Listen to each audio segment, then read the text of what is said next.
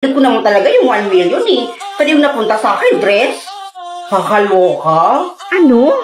So dress yung nakuha mo, imbis na 1 million? Grabe, sayang naman. Sinabi mo pa. O tara na nga, pasok na tayo. Anong oras na Malilate pa tayo eh. Good morning, ma'am. Good morning, Miss De La Cruz. Nandito na naman yung classmate nating ipinaglihi sa unggoy. Girl, grabe ka naman makaunggoy. Oh my gosh! Hoy, pangit! Pumasok ka na naman!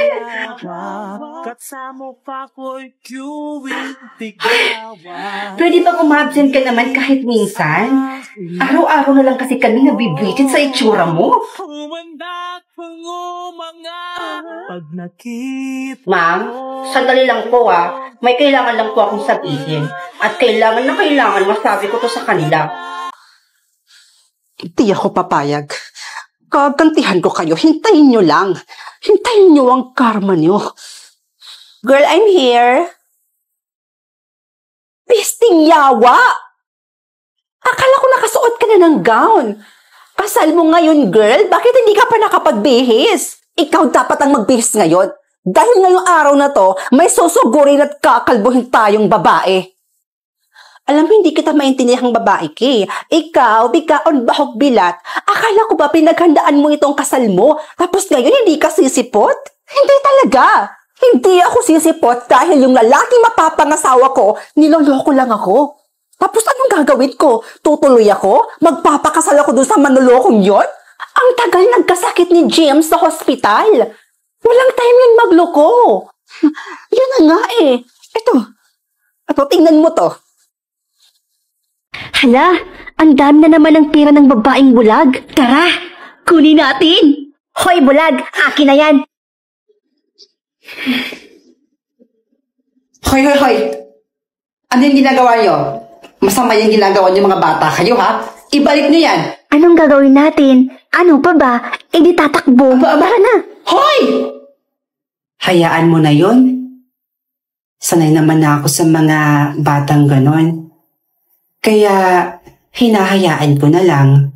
Paano na po kayo niyan? Nakuha pa naman ng mga batang yun yung lahat ng pera nyo. Huwag mo na akong intindihin ha. Kaya ko rin naman yung sarili ko Maghihintay na lang ako sa mga taong handa akong bigyan. O siya, saglit lang po ha. Babalikan ko po kayo.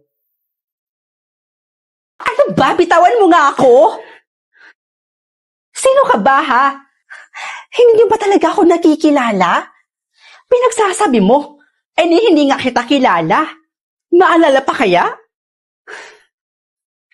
Ma, ako po yung bunso niyong anak. Hi, Pogi. Lo, krung-krung ka ba? Anyari doon? Pinagsasabi nun? Di mo ba ako type? Bating siguro yun. OMG! Tsura nito. Ang cute naman. Bawal galawin yan kung hindi rin naman bibilhin. Excuse me, mukha ba akong walang pambili? FYI ang dami kong pera at ang... Grabe, ang ganda. Mayan, ang dalaga ni Berto. Hello po, tita. Halika na, iha. Pumasok ka na dito sa loob. Halika, sumunod ka. Sige po.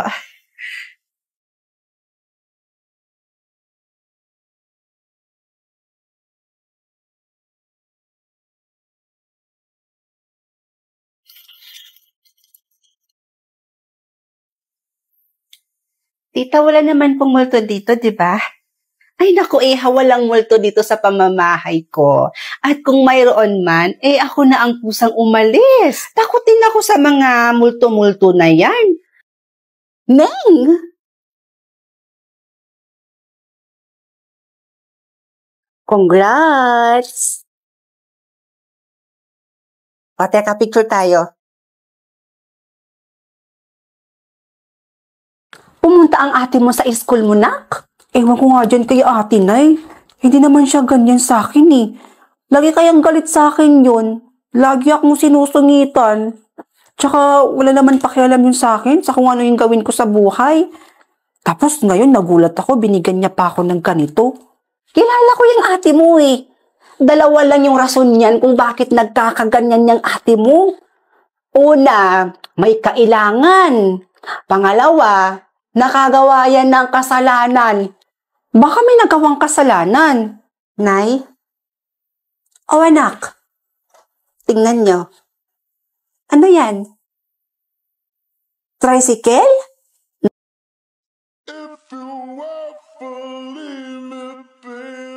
Habang buhay ko bang babantayan itong puntod ko? Sabi mo sa akin, pagsapit ng birthday ko, mapupunta na ako sa langit. Gusto mo na ba talagang mapunta sa langit?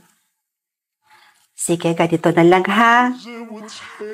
Kung sino yung taong magtatagal sa puntod mo ngayong birthday mo, mapupunta ka na sa langit. Yun lang? Ang dali naman. Siyempre, yung mama ko, yung nanay ko, siya lang naman yung kakampi ko sa buhay eh. Malalaman natin yan maya-maya lamang. O ayan, may paparating na pala.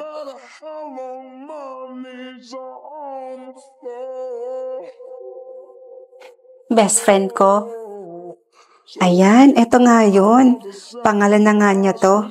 Hi best friend, happy birthday. Pasensya ka na ha, hindi na ako nakadala ng pasalubong. Pasensya ka na rin ha, kung hindi na kita nadalaw nung nakaraan. Paano ba naman kasi? Mawawalan na ako ng scholarship. Di mo na kasi ako napapakopya. O siya, alis na ako best ha.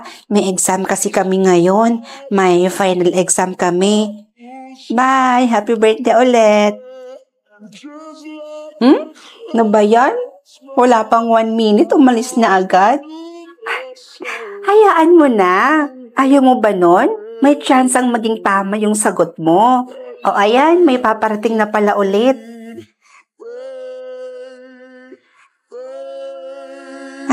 Si ate. Hi bunso. Happy birthday. Miss na kita. Miss na ni ate yung boses mo. Miss ko na rin yung pagsabihan mo ko ng, ate, tumaba ka na nga dyan. Kakain na tayo oh. Ate, huwag kang magpapalipas ng gutom kasi magkakasakit ka niyan. Bunso, miss na miss ko na lahat ng yun.